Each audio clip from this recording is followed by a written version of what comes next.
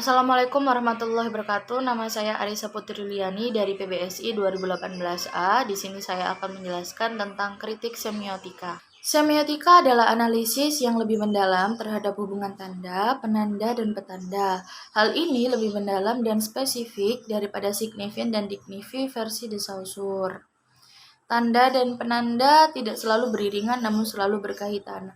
Artinya bisa jadi secara kasat penanda dan petanda tidak dibuat berkaitan dengan jelas dan tak taksa, atau tidak kabur, tidak meragukan, tidak ganda, tidak semu, dan tidak ambigu. Tentang tanda.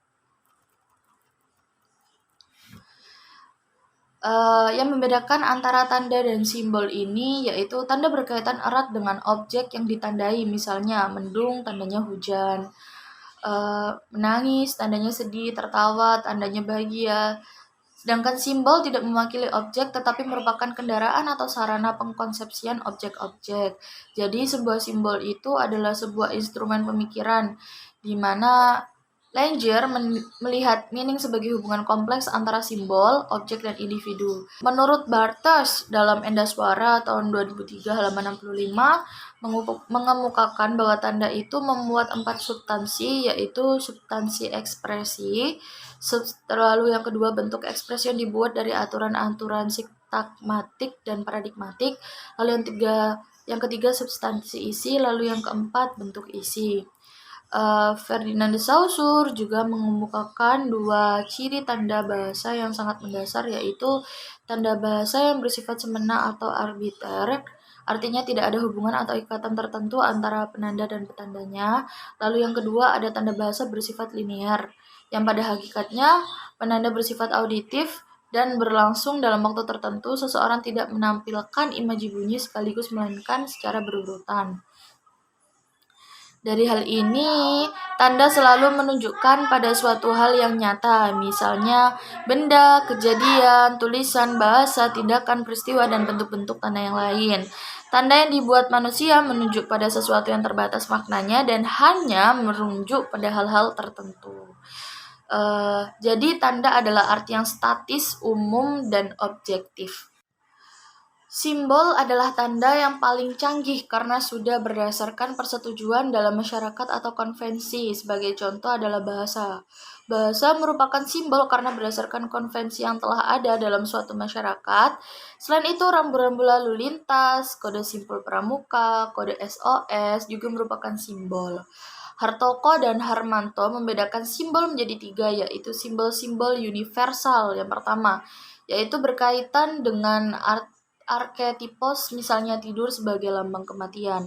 Lalu yang kedua adalah simbol sebagai kultural, yaitu seperti contoh misalnya keris dalam budaya Jawa.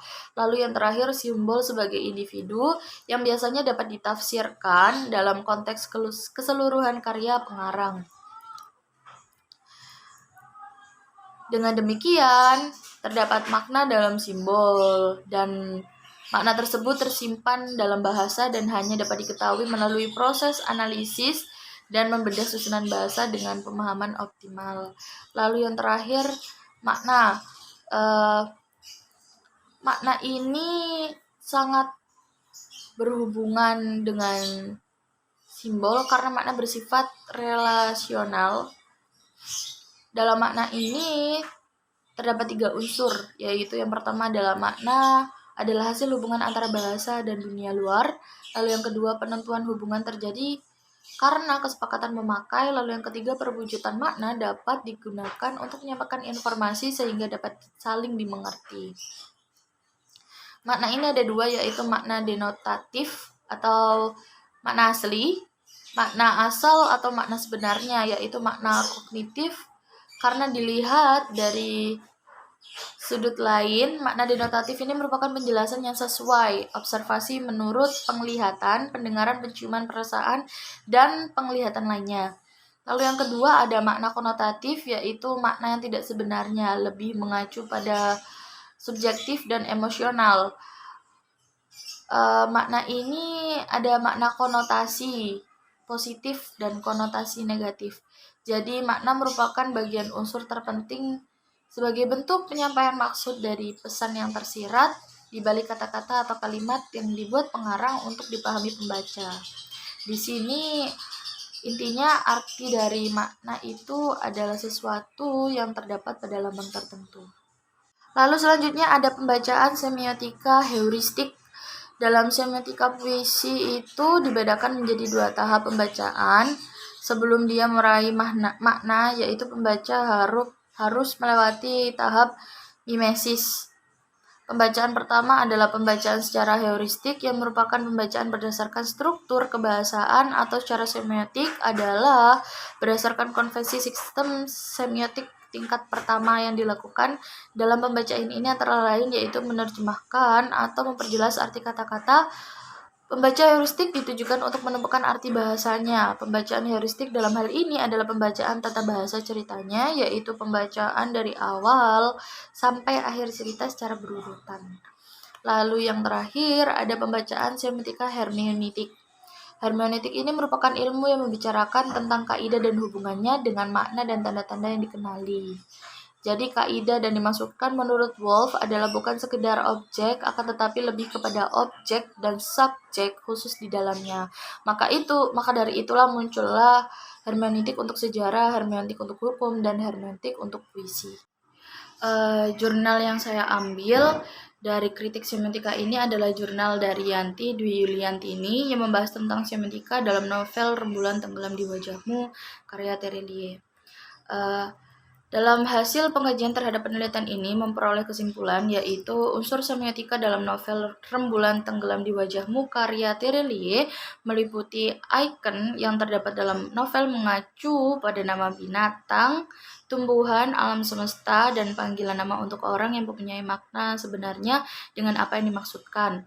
Lalu yang kedua, indeks yang terdapat dalam novel ini mempunyai makna hubungan antara alam dengan kehidupan, lalu kehidupan dengan keadaan, dan segala perbuatan manusia dengan segala balasannya di alam akhirat nanti.